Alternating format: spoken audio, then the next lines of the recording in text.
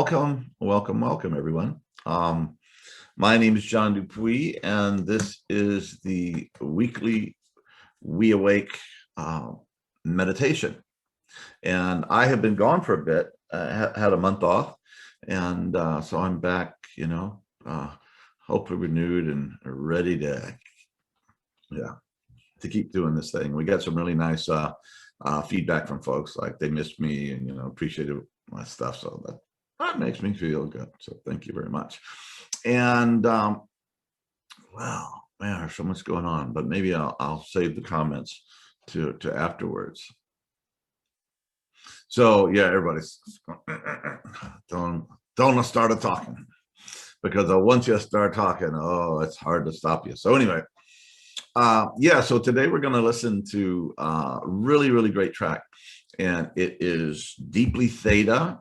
There's 3 tracks there, but this is the number 2, and it is 20 minutes long. So this is a relatively brief meditation, but the science says it takes about 8 or 9 minutes to really have this technology really start working. And I think if you're more advanced, you use it a lot, it doesn't take as long, but that's what the science says, and so we'll stick with it. So anyway, and so meditation is a practice, and it's a practice for living, it's a practice for dying, it's a practice for compassion, it's a practice for creativity, it's a practice for stillness.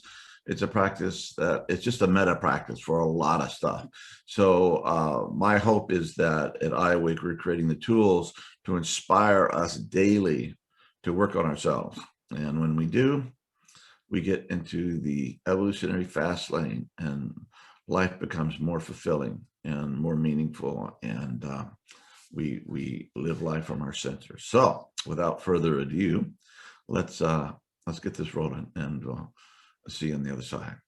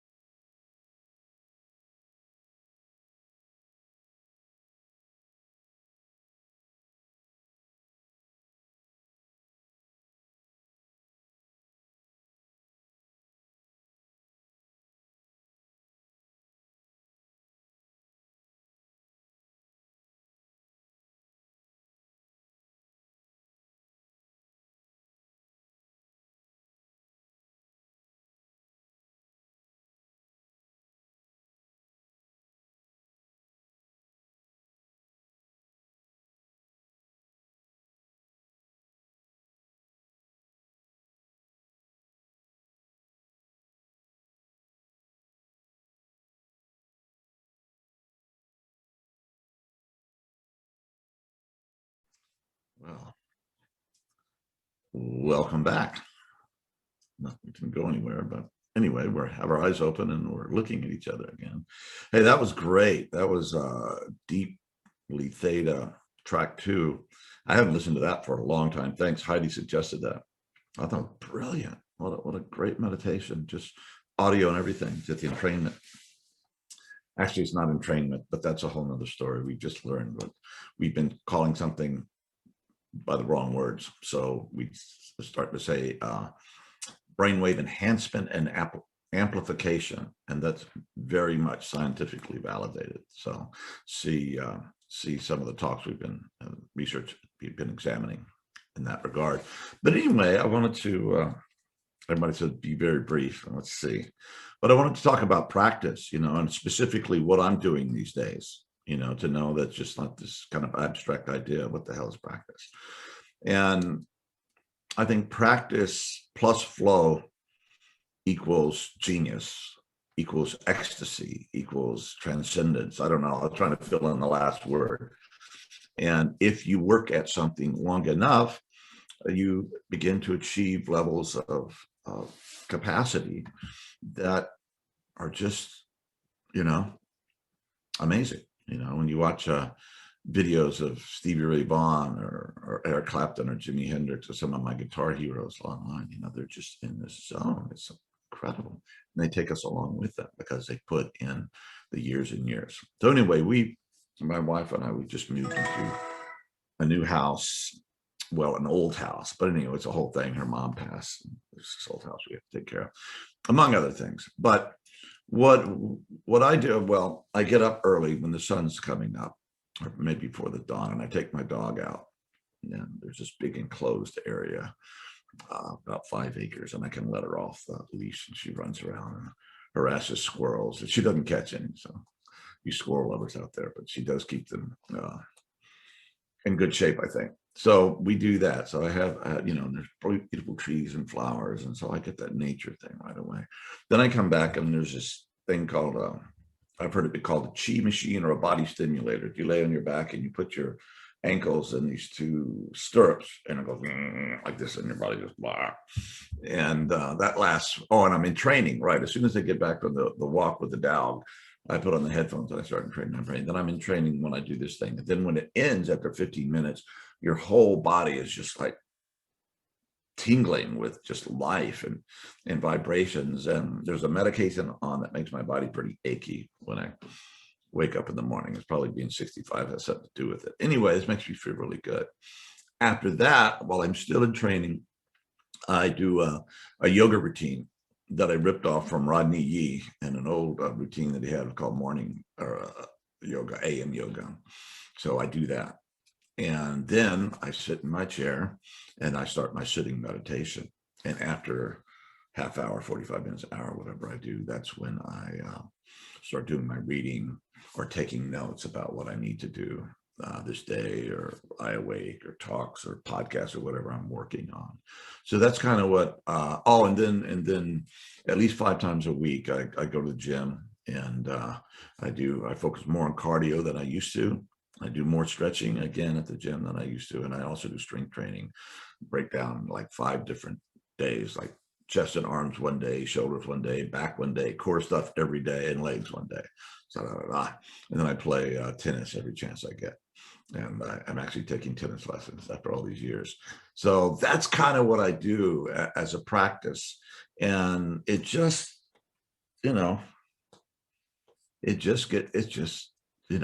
makes all the difference. And, they say, if you want to know if a man's enlightened, ask his wife, right? And I don't think Pam would say I'm enlightened, but she says, I practice a lot. I work on it, right? I've been doing that for many years. So I actually do what I preach in that regard. So, and just get going. You need to work the body, the mind. I'm doing the reading. I'm doing the podcast now with Roger Walsh, and we're interviewing or talking with people. They're just, I have great respect for. These guys have really achieved a lot as far as their intellect and their spiritual practice. And Roger, he's got And there's a great scholar and a great practitioner who was named a lama, in the Tibetan tradition because of his achievements of his practice in his life. It's an honorary title, but they don't give them away to anybody. And man of great wisdom, great humility. It's extraordinary.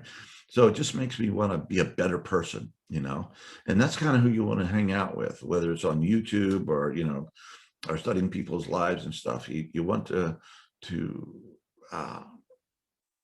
be influenced by people in your relationships and your historical relationships, of people that inspire you to be a better person, to work on yourself with inspiration and hope that you can become the best version of yourself in order to give it all away.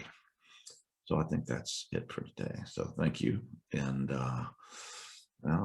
see you, God willing, universe willing, we'll see you next time, and keep practicing.